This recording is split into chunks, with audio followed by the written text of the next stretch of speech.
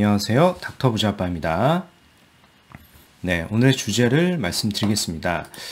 오늘은 그 7호선 초역세권 예정지입니다. 지금 해당하는 지역을 잘 살펴보시면 정비사업 예정지가 몇 곳이 있고요. 역시 조합 설립까지 난 곳도 있습니다. 현재 이제 살펴보니까 투자금이 한 1억에서요, 한 1억 초반 정도면은 접근이 가능합니다. 특히 이제 7호선 초역세권 예정지고요. 도보권으로 한 1분 정도밖에는 걸리지 않기 때문에 향후에 신축까지 되면은요, 충분한 시세차익까지도 볼 수 있는 지역이다라고 좀 생각을 해볼 수 있을 것 같습니다. 네. 오늘은 이제 구체적인 지역을 말씀드리기 전에요, 기사를 좀 몇 개 보고요, 부동산 동향을 살펴본 뒤에 좀 말씀을 드려보겠습니다.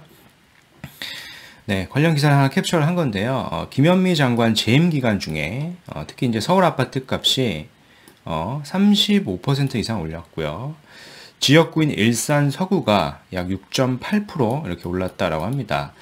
물론 이건 평균치니까요, 실질적으로는 더 많이 올랐죠. 재임 기간을 보면은 2017년 6월부터 2020년 11월 기준이니까요. 해당 시기를 보면은 해당 기간 동안에 전국 아파트 값이 11% 올랐지만 지방의 중소도시는 오히려 좀 떨어졌다라고 하고요. 재미난 것은 이제 취임사에서 이런 얘기를 했다라고 합니다. 공급 부족보다 다주택자의 투기가 원인이다라고 이렇게 지적을 했죠.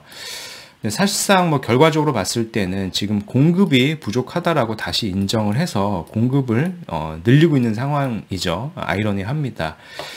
아래 그래프를 한번 보실까요? 그래프를 한번 보시면 역시 이제 서울이 가장 많은 상승률을 보였고요. 35% 이렇게 상승률을 보였고, 그 다음 이제 전국 기준 수도권, 일산, 서구 이제 5대 광역시 이렇게 순으로 이렇게 상승을 했습니다. 뭐 기타 지역들은 이게 하락한 지역들도 일부 있고요. 네, 한편 이제 후임자죠. 후임자께서 즉 이제 변창흠 국토부 장관 내정자가 지금 새로 나타났습니다. 뭐 과거 이런 발언을 했다라고 합니다. 문정부 부동산 정책 제일 낫다. 네, 아주 의미심장한 얘기를 하셨죠. 그리고 지난 8월에 뭐 이런 얘기를 했다라고 하고요. 이분께서는 역시 이제 부동산 민심의 어떤 구원 투수로 나선 걸로 좀 보여지는데요. 어떻게 정책을 펼칠지 그 귀추가 좀 주목이 되고요. 뭐 LH 사장 출신이십니다. 또 과거 인터뷰 중에 또 이런 얘기도 했어요.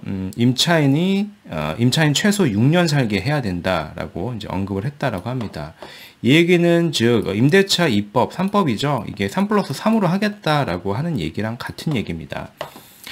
그럼 지금 현재는 어떤가요? 임대차 입법이 시작이 됐죠. 그래서 과거에 1년의 전세를 살았던 걸 2년으로 바꾸고 이제 다시 4년으로 바꾼 상황입니다. 근데 이거를 이제 6년으로 바꾸려고 이제 검토를 한다라고 하는 상황인데, 1년에서 2년으로 바꿀 때도 전세가가 상승을 했고요. 2년에서 4년으로 바꿀 때 전세가가 아주 폭등을 했습니다. 그쵸? 상승된 그 전세가로 인해서 매매가도 이렇게 끌어올리고 있는 상황이죠. 현재가요. 이게 이제 팩트고요. 근데 6년으로 바꾸게 되면은요, 얼마나 더 큰 폭으로 상승이 될지는 아마 예상을 해보실 수 있을 겁니다. 그래서 단순하게 어떤 임대차 이거를 6년으로만 하는 게 아니라요, 어떤 다른 공급 대책과 그리고 지금 폐지된 임대사업자 있죠. 아파트에서는 폐지를 했는데 이런 임대사업자도 다시 살려서 결국에는 양질의 어떤 주택을 공급해야 하는 전략을 세워야 하는 게 아닌가라고 좀 생각을 해볼 수 있겠습니다. 네, 한편 허가받고 집 사는 지역이죠. 대치 잠실도 팔리기만 하면 최고가에 팔린다라고 하는 기사입니다. 최근 기사죠. 지난 6월부터죠. 토지거래 허가제가 실시가 됐고요. 실거주가 아니면 매수 자체가 지금 불가해서 허가가 잘 나지 않습니다. 그럼에도 팔 수 있는 매물이 나오기만 하면 이게 신고가가 계속 나오는 겁니다. 즉 토지거래 허가 전보다 모두 한 1억에서 2억씩 올랐습니다. 규제 역설이죠. 아래 박스를 좀 보시면 되겠습니다. 네, 역시 이런 얘기를 하고 있죠. 시장에선 2억씩 규제 부작용으로 보고 있다. 대치동은 잠실, 삼성, 청담과 함께 지난 6월 23일이죠. 토지거래 허가구역으로 지정이 됐고요. 이에 실거주 목적이 아니고서는 매매를 할 수가 없기 때문에 전세 매물은 물론 매매 거래가 또 끊겼습니다. 이제 문제는 수요죠. 거래는 할 수 없지만 결국엔 수요는 있습니다. 여기를 들어와서 살고 싶어 하시는 분들이 많기 때문에 그렇겠죠. 즉 공급이 줄었다고 이 일대 거주를 원하는 사람마저 끊기진 않았기 때문에 새끼지 않고 팔 수 있는 매물은 바로 이렇게 계속 최고가로 거래가 되는 겁니다. 즉 규제를 할수록 이렇게 신고가가 갱신이 되고 있는 게 신기하죠. 네.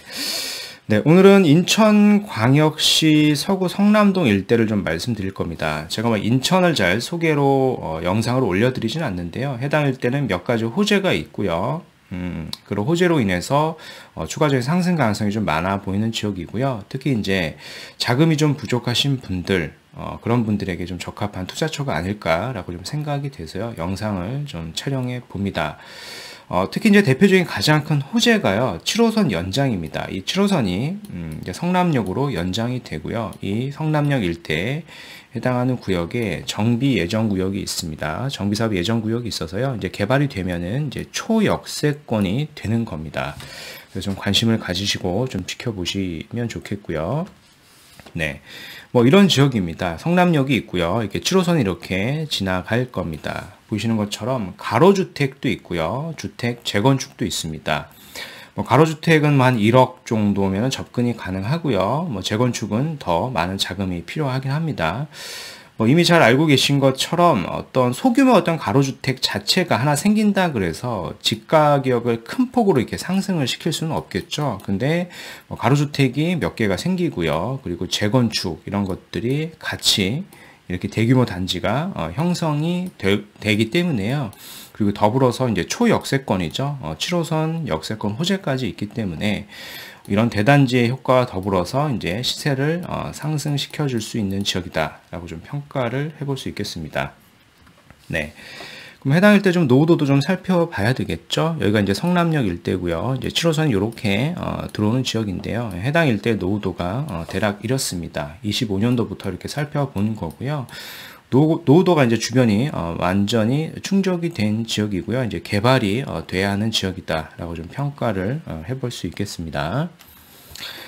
네, 그럼 관련 기사를 또 제가 말씀드려 보겠습니다. 해당 일대가 이제 이수건설이죠. 이수건설에서 인천 성남동 1244억 가로주택 정비 사업을 이제 수주했다라고 합니다.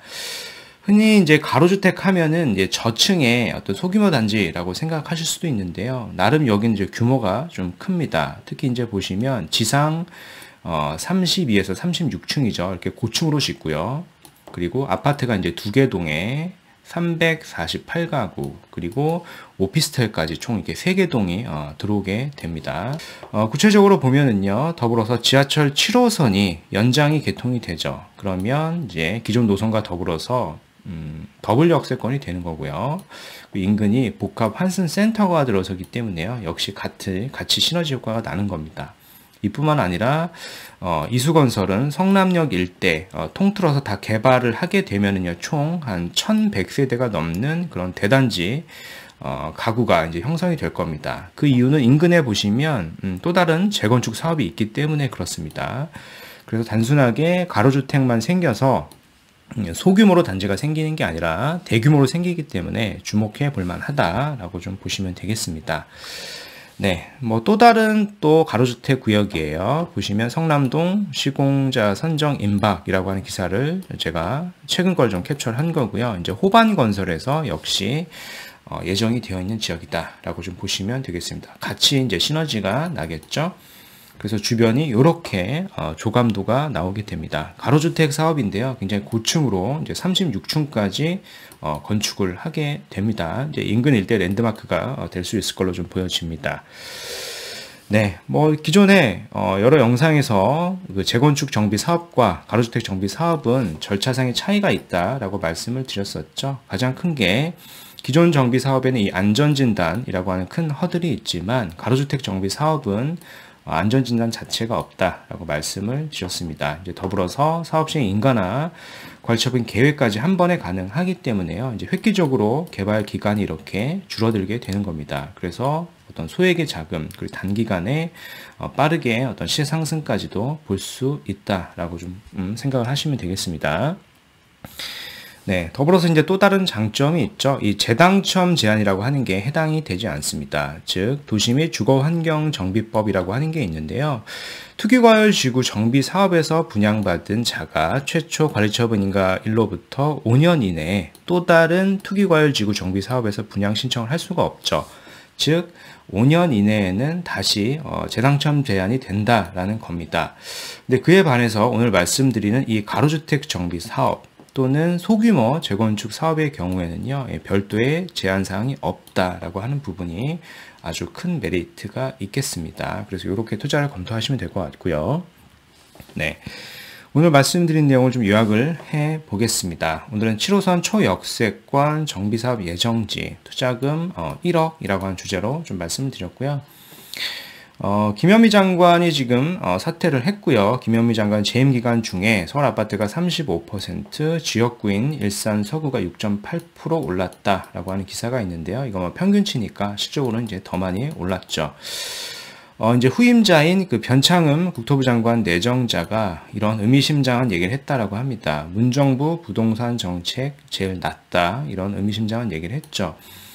그래서 여러 가지 좀 종합적으로 봤을 때 내년에도 부동산 어떤 개선책이 크게 나오기는 어려울 걸로 좀 예상을 해볼 수가 있습니다. 그렇다는 얘기는 현재 어떤 그 집주인이죠, 임대인의 세부담은 계속 커질 수밖에 없고요. 뭐 여러 가지 세부담으로 인해서 이 세부담을 임대인 본인만 부담을 할 수는 없을 겁니다. 당연히 임차인에게 계속적으로 이제 전가가 될 거고요. 전가가 된다라고 하는 얘기는 쉽게 얘기해서 전세가나 뭐 월세가가 계속 올라간다라고 보시면 됩니다. 이게 오르는 이런 전월세 가격으로 인해서 다시 집 가격을 끌어올리는 현상들이 내년에도 계속적으로 나타날 걸로 좀 예상이 되고요. 이런 상황 속에서 실거주라고 하시면요, 한 채를 빨리 마련하시는 것도 좋을 것 같고요. 오늘은 인천 서구 성남동 정비사업 예정지 한 곳을 좀 말씀드렸고요. 이제 역시 해당 일대를 좀 보시면 재건축이나 가로주택 정비사업 여러 개가 있습니다. 성남동은 이제 7호선 초역세권 고층 아파트로 이제 탈바꿈이 될 지역이고요. 조합 설립까지 됐습니다. 특히 가로주택은 다주택자도 되고요. 뭐 사회 초년생, 뭐 자녀 증여를 할 때 큰 부담이 없기 때문에 어떤 소액 투자로 적합한 지역이다라고 좀 말씀을 드려보겠습니다. 네, 오늘 영상은 여기까지 좀 말씀을 드렸고요. 추가적으로 궁금하신 내용은 제 카페나 이메일을 보내주시면 제가 확인하는 대로 답변을 드리겠습니다. 네, 오늘 준비한 영상은 여기까지이고요. 제 영상이 도움이 되셨으면 구독하기, 좋아요 한번 부탁드리겠습니다. 이상 닥터 부자아빠였습니다. 감사합니다.